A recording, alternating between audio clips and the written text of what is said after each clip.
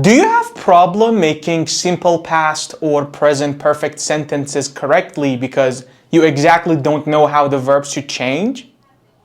In the English language, there are different categories that the verbs can be divided into. One of these categories is regular and irregular verbs. But what is the difference between them and how can we distinguish them? Regular verbs simply follow the rule of having D or ED ending when they become past or past participle tense. There are a lot of verbs that follow this rule, like study, play, listen, and such. On the other hand, irregular verbs do not follow this pattern. Simply put, there is no rule for their transformation when they become past or past participle tense. How should we learn them? Well, the only way that you can learn irregular verbs and their forms is by memorization.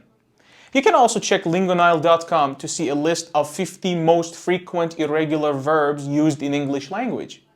Let me give you an example of an irregular verb. For example, we have go. What is the past form of go? Went. You see, there is no specific pattern that go followed in order to become went.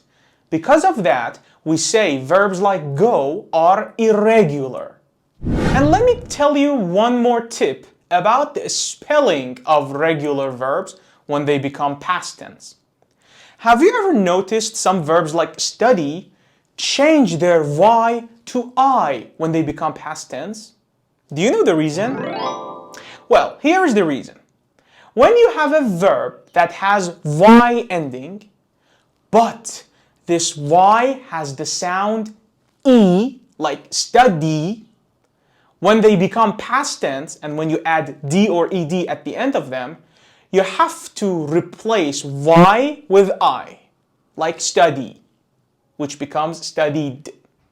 On the other hand, if your verb ends with Y, but it doesn't have the sound E, like play, for changing them to past tense and adding D at the end of them, you don't need to replace Y with I. So play still remains played. Okay guys, I hope you enjoyed this lesson and you learned the difference between regular and irregular verbs. Remember, you need more practice in order to be able to use this tip in your speaking or writing.